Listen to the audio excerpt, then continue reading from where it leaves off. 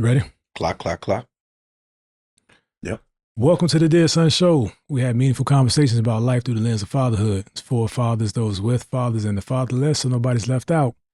These are the conversations we want our sons to access as they grow through life, so no topics are off limits. I'm one of your hosts, D. Johns. I'm your other host, Jay Black. How you feeling, I'm my feeling- brother? We're live. We're live. I left out the left out. Take that. But everything good. I Having a take good summer, good push, good life, good love. So we back. Say good love. I'll take that too. we back. But watch this. Like, share, subscribe. Early in the game. Early in the game. Yeah. We coming off a high of another recording, so I think sometimes I think the second episode in the night, I can't say it's the better one, but it's the like we in the groove. Yeah. We're in the groove. We're in the groove. That's right. It's just awkward because if we go through the what's happening, we just went through the what's happening. Yeah. But anyway, what's happening? We pushing, man. We're getting ready for this good school year. Yep. Getting these kids out of our house so they can stop all this eating, man. Listen, what I don't understand is, I think these kids be playing with us, man. Guaranteed. Because there's no way that these schools allow you to eat from the time you wake up to the time you go to sleep. Mm. There's a lunchtime, there's a snack time, and they kick y'all out. But you want to convince us during the summer, I want, can I have? That's all I got. I'm not going to get on my soapbox, but I'm sick of these eating people in my house. Get back to school. Yeah. What you got? Oh, I mean, along those lines, we probably need to do a pantry audit because we just load it up and they just go. And I know it's not the best stuff in there. We got to take some steps in that regard. But yeah, ready for the school year in a sense. We got 3 kids left in school. We got a senior, we got a 6th grader and a 4th grader. So when I thought about that, there'll be 3 graduations at the end of the school year because they're all finishing the last grade at their school. I didn't think about that. Yeah. So my family is already stressing out because my family doesn't live here. Family's in Virginia and throughout, the East Coast for the most part, and some in Georgia. But it's y'all are welcome to come here. Yeah. Yeah. 7 times any ticket price is not a discount. No. It's not a discount. And then we got +1. My oldest is by the time this one comes out, the baby girl is probably here. Yeah. But I won't say more than that because I want to get the real excitement after I actually meet after she meet Pop. I think that's what I'm going with. I think it's gonna be Pop. That's it? I think that's it. But yeah, man, it's the second oldest is probably off to school as well. Yeah. I probably cried significantly. Oh yeah. Not on here. Y'all don't get that. Y'all don't get that. There's a chance that may be an episode of me and her before she left. If I'll ever put that out. But yeah, life is life. Life to it. When the school year starts, it's like everything fly. It does. Thanksgiving, then Christmas, spring break, done. Valentine's, and then just done. Yeah, man. Prom and don't do that, man. Yeah, it's gonna get done. It's gonna be an expensive year, man. Oof. I don't even want to talk about that no more. Oof. I don't want to talk about that anymore. Yeah. It's gonna be an expensive year because I too have a senior, so we're both graduating sons this year. Yeah. Out of the same high school. Yeah. So the party gonna be ridiculous though, because as y'all know, we neighbors. I'm trying to think, do we even need to find a space to? Man, maybe because it's gonna be dumb. Gonna figure it out. Yeah. Well, that's the thing. I don't know how much my family's coming because we might end up going to Virginia. Oh. And because everybody can't get here. True. Everybody can get here. True. So we'll figure it out. But we want to stay on task and get right into the topic this evening's. What you got? Because I don't know. Yeah. I'm about to find out with y'all. Yeah. Literally. And that's the thing. So the extent of us planning in general is we have a bank of topics. Yeah. Like we'll have a shared note that we can put stuff in. He'll enter stuff out, enter stuff. Like, but that's the extent of it. And then we'll pick which one we're going to use. Yeah. This one isn't even in the bank. It's not even in the bank. So this off the hip. Yeah, there was no prep for this one. But this one is called Strong is Overrated. Strong is overrated. Mm-hmm. Go. The first, and literally hearing it right now, the first thing that jumps in my head is everybody expects you to be the bearer of the weight, especially as the dad. And I'm not being sexist, but gender roles or as the parent even. Yeah. Because think about any parent. Everybody expects you to be strong, especially if you have a history of being strong or displaying a certain level of strength, be it emotionally or spiritually, whatever your strength is for a certain group, your friends, your family, they expect because you've shown them you're strong, they continue to expect you to be strong. Yeah. So being strong is overrated because when are you allowed to be vulnerable? What do I do when I can't live up to the strength that you expect? And now you start to convince yourself, am I a failure? Am I falling short? All because of the overrating of strength being a great thing. Or you're so strong. Yeah. I think it's fair to say, I know you said as the father and then you said as the parent, I think it's a fair assessment, speaking from a father's perspective, that fathers assume that others expect them to be strong. Yeah. And whether they had that conversation or not, depending on, what happened, how they grew up, what their background is, I think we all take on that burden. Right. And what we do with that burden is what I want to kind of walk through in this conversation. So I got a couple of points to kind of keep me on track with the conversation. But what were you taught overtly, or what they say, more is caught than actually taught? Like, what did you see that helped define your expectation of what strong is when you were a child? Well, the fact that I did not know we were talking about this, and I'm going to answer that, but I also have a recent lesson I've learned over the weekend. Ooh, always the case. That deals with that very topic.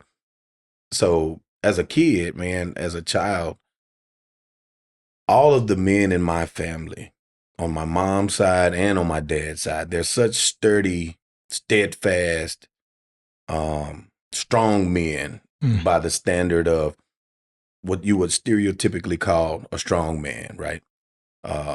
Men of great stature. They're tall, they're strong, they're sturdy. They're always picking up things that other people are like, man, you're gonna hurt yourself. Yeah. So physical strength. Physical strength.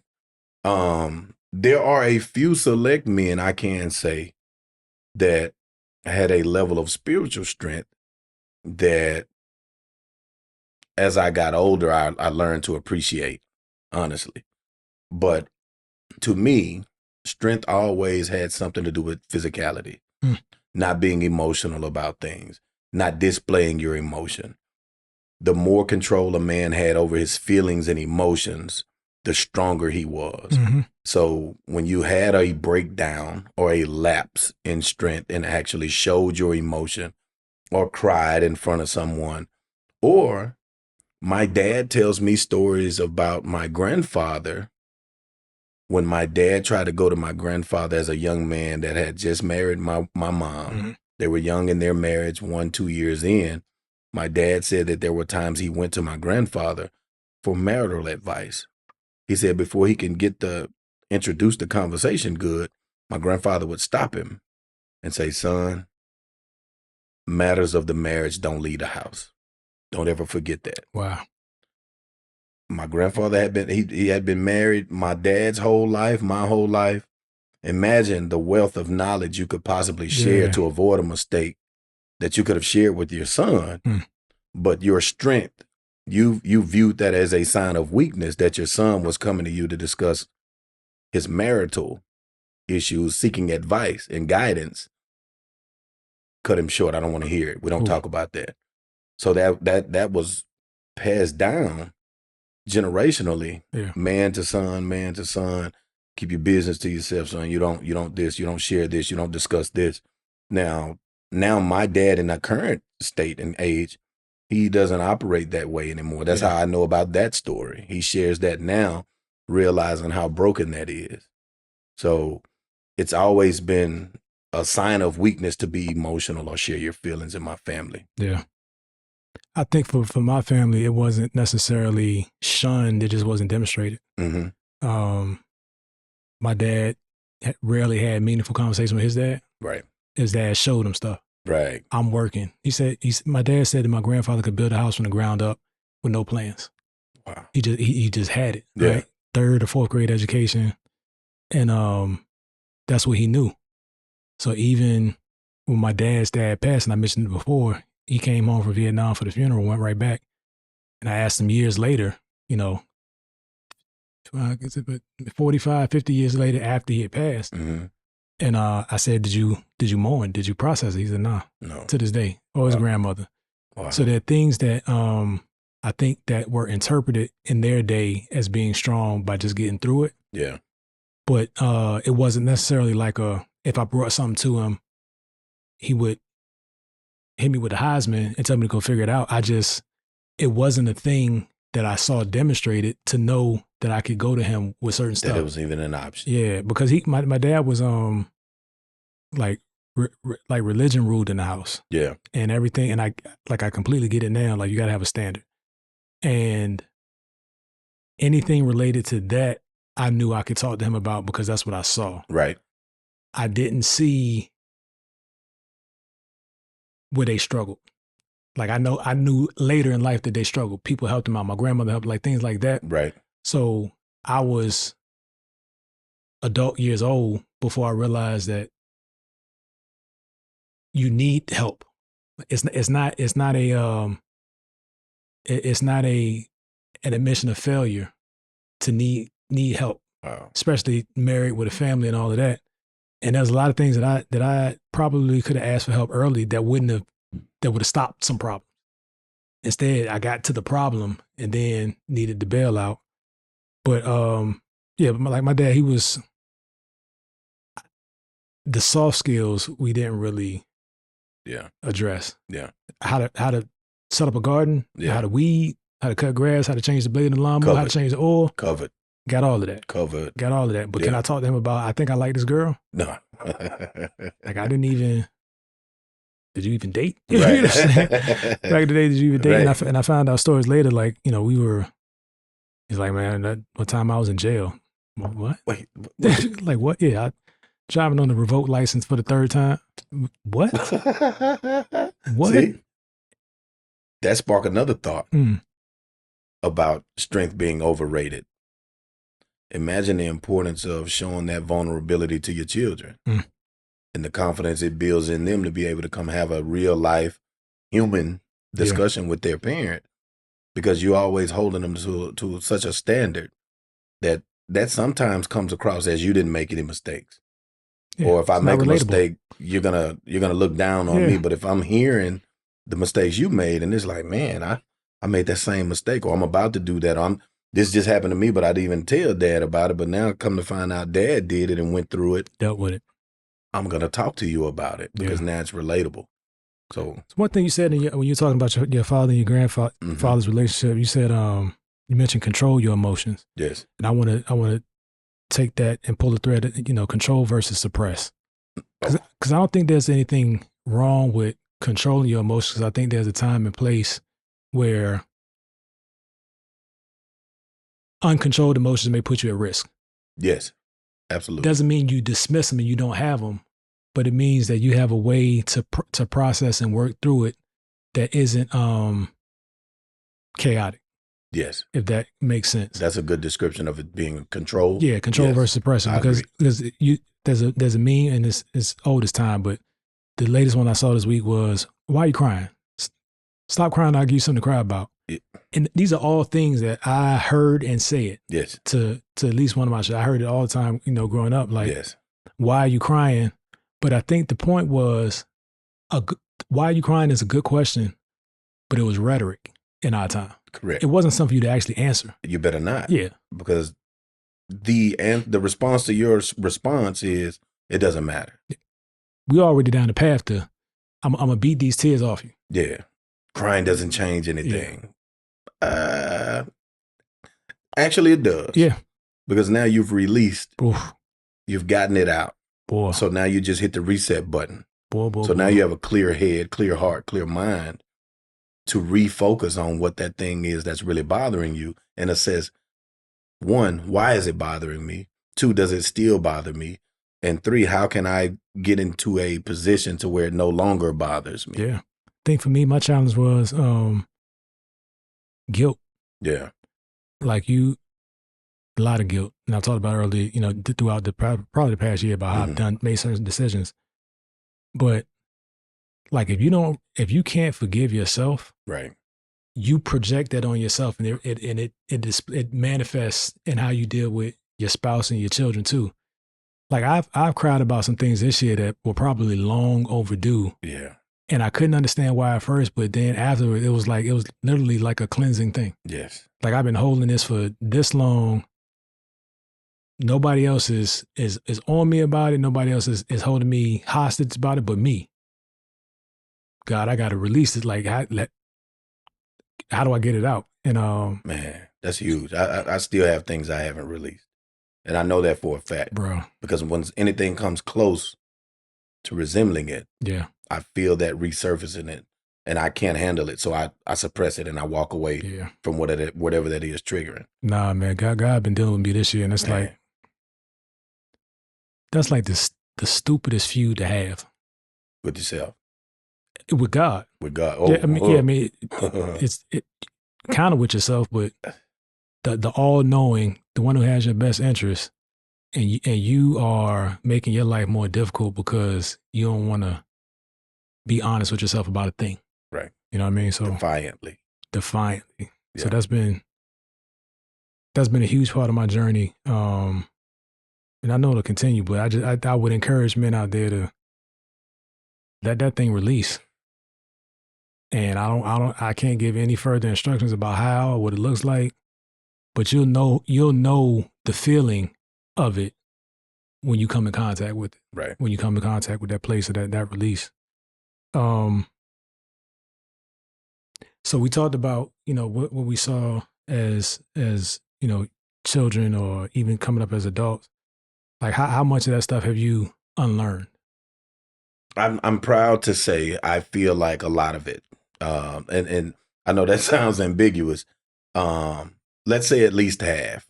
But the old saying is old habits die hard, right? Mm-hmm. There was a situation I referenced earlier in this episode. There was a situation this past weekend. I cut my son's hair. Mm-hmm. And one of the things that I kind of got out of tune with was, after you do the lineup, even us as men, after we shave or someone lines us up, you have to take a disinfectant alcohol, rub it, sting for a minute, but it gets it over with. If you do not do that, if you sweat, infection, it stings. That's it burns and stings. You start scratching and making it worse. Yeah. So we driving. We driving down the street. I kid you not. We had just gotten back in the vehicle. So my two youngest boys are in the back, and my wife and I are in the front. So one of them yells out, "My sweat is hurting my head." To me, that didn't make sense. So here lately, over the last couple of weeks, there's been little instances where they're like, "Oh, this hurt. Ouch, this hurt, this hurt." And they really want you to stop whatever you're doing, acknowledge it, look at it, check it, and walk them through the whole thing. I'm like, we're getting too old for this. So out of that frustration, when they say, my sweat make my head hurt, it's ridiculous. I disregard it immediately. The other one, mine too, my sweat making my head hurt. There's no such thing as sweat hurting your head, son. What are we talking about? So my wife tries to chime in. Well, what are you trying to say? I'm not talking to you right now, ma'am. Don't do this right now. And I'm trying to give him a lesson. I could tell she was furious about it. She didn't say anything though. I really give her credit in that moment. She kind of was like, I'm not doing this. So she turned back around. So I turn and look in the back seat and I see where my youngest boy is rubbing. I see what you're talking about. Now I feel ridiculous. I didn't even take the 2 seconds. Strength is overrated. Tough that thing out, son. There's no way sweat hurting you. Sweat doesn't. I disregard it. Mm-hmm. Don't disregard the disregard. I totally disregarded you communicating to me you're going through something. You're suffering through something. I didn't even take the moment to figure out, what do you mean? Like, what do you mean that had I asked that one question, I would have caught it a little sooner. So I was sharing that revelation with somebody less than them at the baptism afterwards. So I was sharing that experience. So my wife chimed in. She was like, I saw what he did. I let him do it. And now that he's saying he caught it. And so she said he didn't even recognize or acknowledge in the moment he caught it himself. This is my first time. And it was a day later. This is the first I've heard him speak about he caught what he did and he corrected it. And he's acknowledging his wrong about it. She was like, but if I had said something in that moment, we would have bumped heads really bad about it. And I agree. So that's still something I'm dealing with, trying to fix and address of why do I have such a problem with you coming at me and saying, hey, right now what he's saying, previous episode, tolerating versus enabling. So if I've labeled a person or your training or parenting style as being an enabler, that's what I hear when you rush to the defense, but you were actually right in the moment. This wasn't enabling. This you trying to tell me I'm missing the mark, information, but I didn't even receive it. Yeah.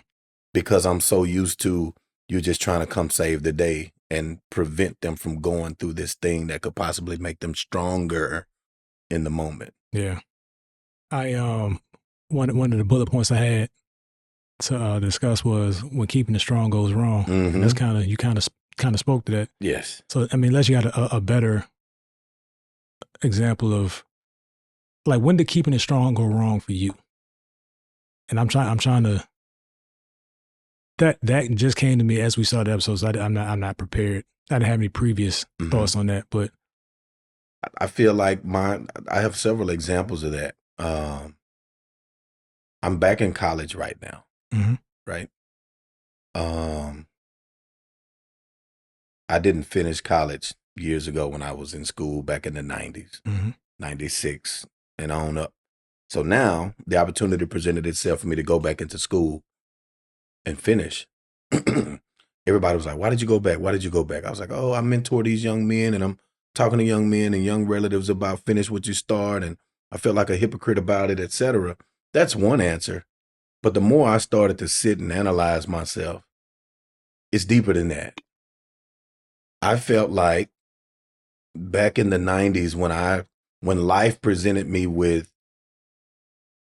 enough obstacles to where school just didn't make sense anymore, I reacted in the moment. I did what I had to do. I had a newborn son on the way. I had to go get it. Yeah.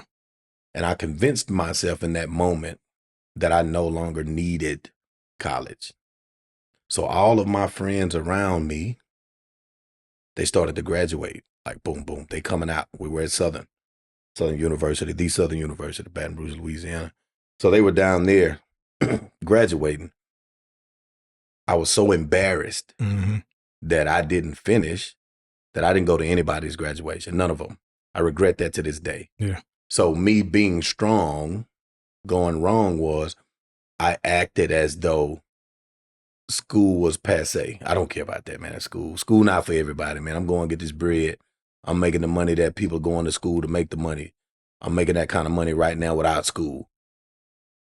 That's ignorant. Yeah. I get it, but that's ignorant when that's not how I truly felt in my heart. When that's not how you choose. I was about to say, there's nothing wrong with taking that route. If school isn't for you, it is for you. I wasn't being honest to myself. So I was pretending to be strong about something that I claimed did not bother me, that actually made me feel inadequate. Yeah. So for me, I went to college right out of high school, first semester, finished first semester with a 0.1 something, a 0.0 something. Yeah. Tried to make my dad feel sorry for me, talking about school ain't for me. I want to get a job. He's like, okay. I was like, God, I'm not supposed to say that. Yeah. He's supposed to encourage me. Father, what you think? He's like, we ain't wasting our money. We got loans on this thing and you not going to class. There's no way I could explain my GPA. No. It wasn't like, I don't get it. You didn't go to class. That's it. That's it. That's the only thing explaining it. So when I got a job, I realized that I didn't want to actually work hard for 40 years just to make it. Yeah. So I'm working full-time, started going to school in community college part-time, then I upped that to full-time. And I finished community college, and it was a 2+2 program. It was 2 years community college and had an agreement with the 4-year school. Right. You matriculate right in. But the 4-year school is the one I started at Old Dominion University, tough school, North Virginia. And I went back, and one of my partners hit me. He was like, yo, did you graduate the other day from the community college? Yeah. It's like, yeah, I ain't go. Because I was playing it down because I was so embarrassed that, like you said, it's 4 years to get to community college. Yep. people that I went to school with were graduating with their 4-year degree, going off to do great things. Yep. And I'm sitting here feeling sorry for myself, working, coming home, smelling like soot every day because I was working in the shipyard for a while. Right. And then I did get a better job, but I just realized like I missed that moment trying to be proud or strong or playing it down like it was less than a thing. Yeah. But honestly, that's a great route for a lot of people. It is. It is. Save a lot of time and money. Financially, all of it. And like a lot of these schools around here, you can graduate high school with your associate's degree from Tarrant. And I know they do it back home in Virginia, probably all around the world, I would imagine. Mm-hmm. But it was like pride and ego strength have been a challenge for me for a long time. Yeah. Long time. Yeah. Same. You also mentioned different kinds of strength. I didn't think about that. Because we were talking about physical strength. It's like, guys were picking up logs or heavy things or whatever. Yes. And spiritual strength. That's one thing that I did catch from my dad. Yeah. And my dad, my dad would be in the yard 8 hours a day now. That's his thing. Yeah. He's go outside and I'm planting a garden, I'm building a greenhouse, I'm building a shed. That's his playground. But I did catch the importance of having a spiritual connection that's really changing my life now. Like we talked about the previous episode, just like finding a church home, finding some spiritual grounding, and really trying to step up to be the spiritual leader of the home. Right. And for years, I haven't made it important.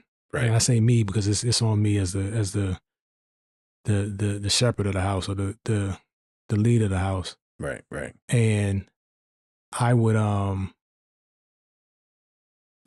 like try to ignore the pull that I need to be doing this, right? Yeah. And then kind of watching things go awry, especially when the money was funny. And I'm like, man, I'm not grounded at all. So what is my family hanging on to if I'm out here flailing? Yeah. So I am grateful for that, that was demonstrated. Yes. Because it's coming full circle now. What we got on time? Good time. Let's make sure we hit everything. What are you concerned about your children picking up from how you demonstrate the importance of strength?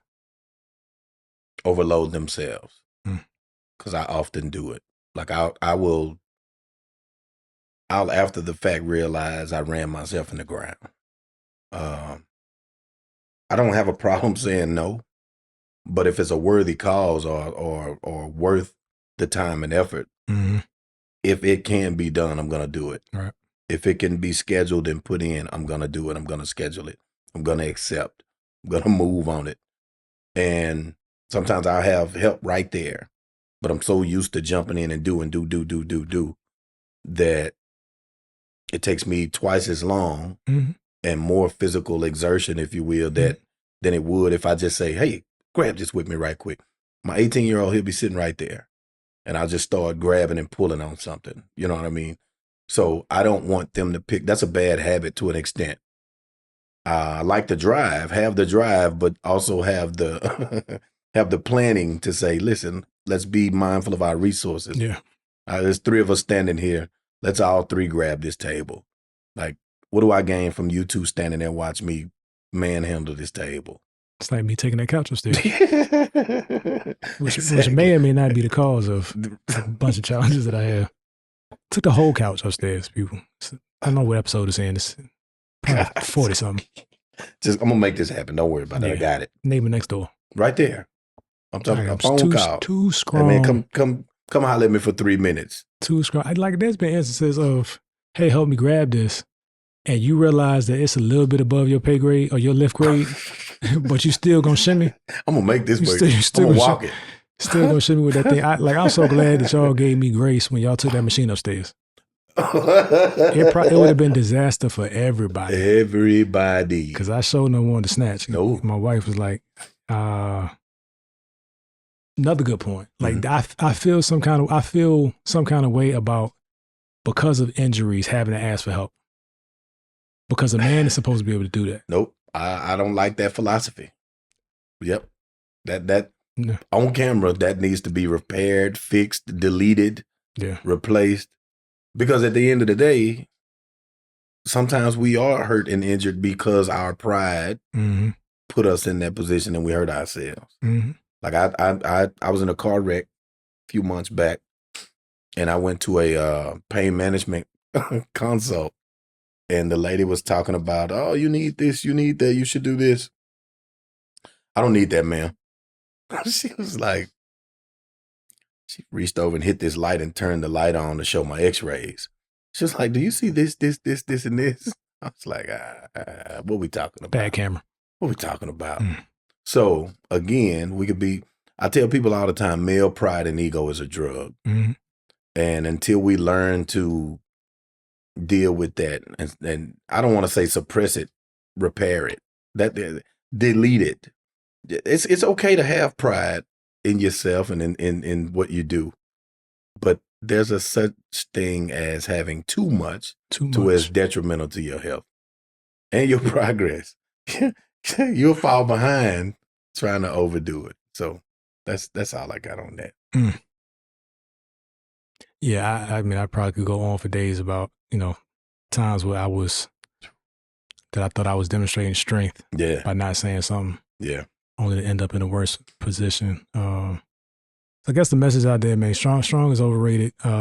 Strength is not overrated, but always being strong and never turning it off, being strong above everything else, being strong above your physical and your mental, your spiritual needs is a recipe for disaster. Yeah. And it's going to hurt you and those around you. So guys, make sure that you're, even if you don't go I will say get the help that you need, but make sure that you're taking time for yourself to assess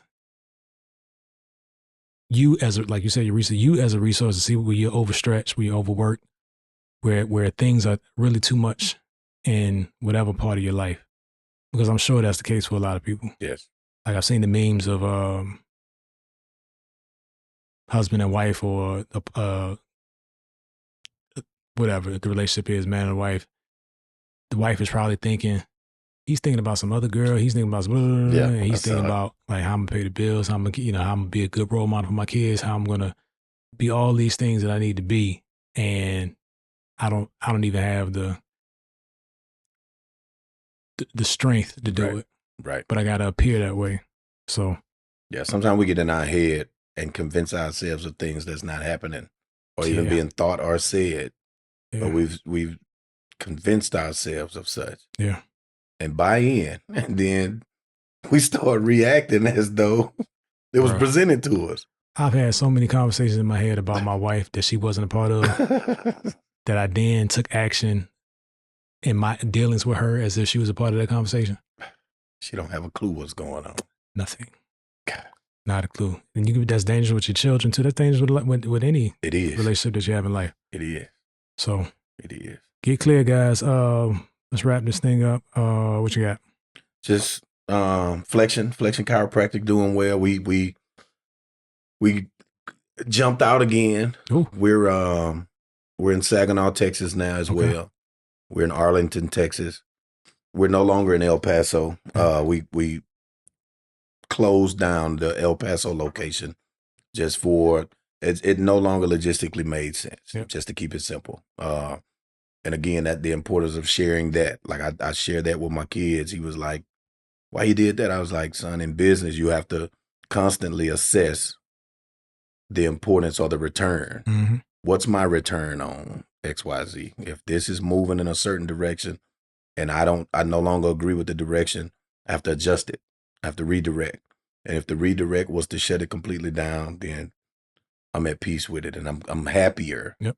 That's a load off. You don't understand the headache associated with such. But love Keisha J Studios. Sir. Continue to support independent entrepreneurs that you directly have exposure or contact or connection to. Yeah. It's important. If you like their voice, help them amplify it. Yes. Help them amplify it. Yes. I guess that's going to do it. We appreciate you guys. God bless you. Peace. Peace. They tried to count me out, I'ma gon' count me in. Fill up my bank account, now I got something to spend. Nah.